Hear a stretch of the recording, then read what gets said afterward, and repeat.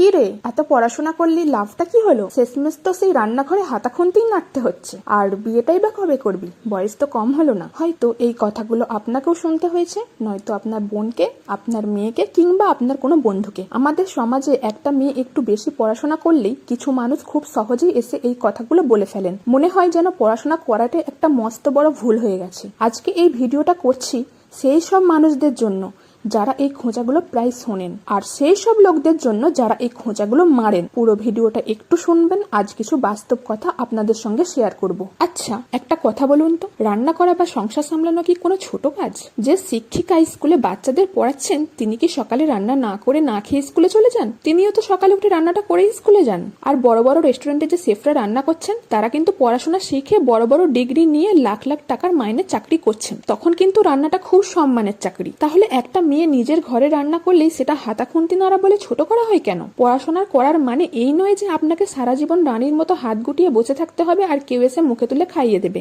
রান্না করাটা একটা দরকারি যোগ্যতা, এটা কোনো ছোট কাজ নয়। এবার আসি আসল কথায়। লোকেরা যে বলে পড়াশোনা করে লাভ কি হলো, লাভটা কোথায় জানেন? শিক্ষা একটা মানুষকে চার দেওয়ালের বাইরে বেরোনোর সাহস দেয়। আল্লাহ না করুক কখনো যদি নিজের বা পরিবারের কারো শরীর খারাপ হয়, হসপিটালে যেতে হয়, তখন একজন শিক্ষিত মেয়ে কিন্তু কারোর ভরসায় বসে থাকে না। সে নিজে গিয়ে হসপিটালের কাগজপত্র গোছানো, প্রেসক্রিপশন বোঝা বা ডাক্তারের সাথে কথা বলা সব একা হাতে সামলে নিতে পারে। এই যে নিজের পায়ে দাঁড়িয়ে একা চলার সাহস আর বুদ্ধি, এটাই তো পড়াশোনা আমাদের দেয়। আর পড়াশোনা করলে যে শুধু চাকরি করতে হবে এমন তো কোনো কথা নেই। একটা মেয়ে শিক্ষিত হলে সে নিজের বুদ্ধিতে কোনো সুন্দর ব্যবসা করতে পারে, উদ্যোক্তা হতে পারে। শিক্ষা মানুষের চিন্তা ভাবনাকে বড় করে, তাকে স্বাধীনভাবে ও সম্মানের সাথে বাঁচতে শেখায়। তাহলে এত কথা কেন? এবার আমি আপনাদের আরো একটা প্রশ্ন করতে চাই। একটা মেয়ে পড়াশোনা করলে সমাজের এত মানুষের সমস্যা কোথায়? কেন এত খোঁচা? কেন এত হিসাব? একবার নিজের মনকে প্রশ্ন করে দেখুন, তার পড়াশোনার খরচ কি সমাজের লোকেরা দিয়েছে?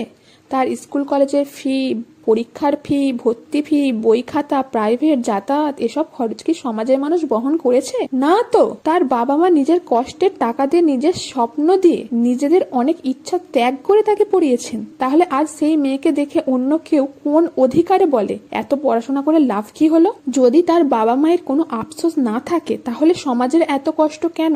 আর একটা বিষয় আমি অনেকদিন ধরে লক্ষ্য করছি, যারা শিক্ষার প্রকৃত মূল্য বোঝেন তারা কখনো কাউকে বলেন না এত পড়াশোনা করে লাভ কি হলো, বরং বলেন আরো পড়ো, আরো শেখো, আরো এগিয়ে যাও। আমাদের সমাজে এমন অনেক বাবা মা আছেন যারা হয়তো নিজেরা বেশি পড়াশোনা করার সুযোগ পাননি, কিন্তু তারা নিজের সবটুকু দিয়ে ছেলে মেয়েদের পড়াচ্ছেন। কেন জানেন? কারণ তারা জানেন শিক্ষা কখনো অপচয় হয় না।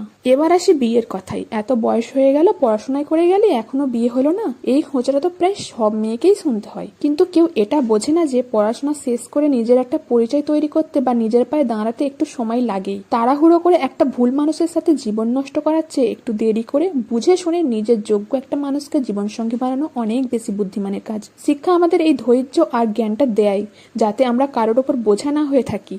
আজ বিয়ে হয়নি বলে যারা কথা শোনাচ্ছেন, কাল কোনো সমস্যা হলে কিন্তু তারা পাশে এসে দাঁড়াবেন না। তাই নিজের গতিতে বাঁচুন। শেষে শুধু একটাই কথাই বলবো, আজ যদি কেউ আমাকে আবার জিজ্ঞাসা করে এত পড়াশোনা করে লাভ কি হলো, আমি হাসি মুখে উত্তর দেব, লাভ হয়েছে। আজ আমি নিজের সিদ্ধান্ত নিজে নিতে পারি, ভুল আর ঠিকের পার্থক্য বুঝতে পারি, অন্যায়ের সামনে মাথা নত না করে দাঁড়াতে পারি। আর সবচেয়ে বড় কথা, আমি মাথা উঁচু করে বাঁচতে শিখেছি। ডিগ্রি শুধু একটা কাগজ নয়, এটা একজন মানুষের আত্মসম্মান, আত্মবিশ্বাস আর স্বাধীনভাবে বাঁচার শক্তি। যদি আজকের ভিডিওর একটা কথাও আপনার মনের সঙ্গে মিলে যায়, তাহলে কমেন্টে শুধু লিখুন আমিও এই কথাগুলো শুনেছি। আর যদি মনে হয় এই ভিডিওটা আরো মানুষের দেখা দরকার, তাহলে একটা লাইক করবেন এবং ভিডিওটা শেয়ার করবেন।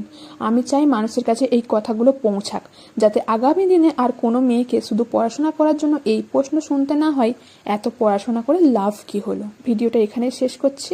সবাই ভালো থাকবেন এবং নিজের মতন করে বাঁচবেন। আল্লাহ হাফিজ।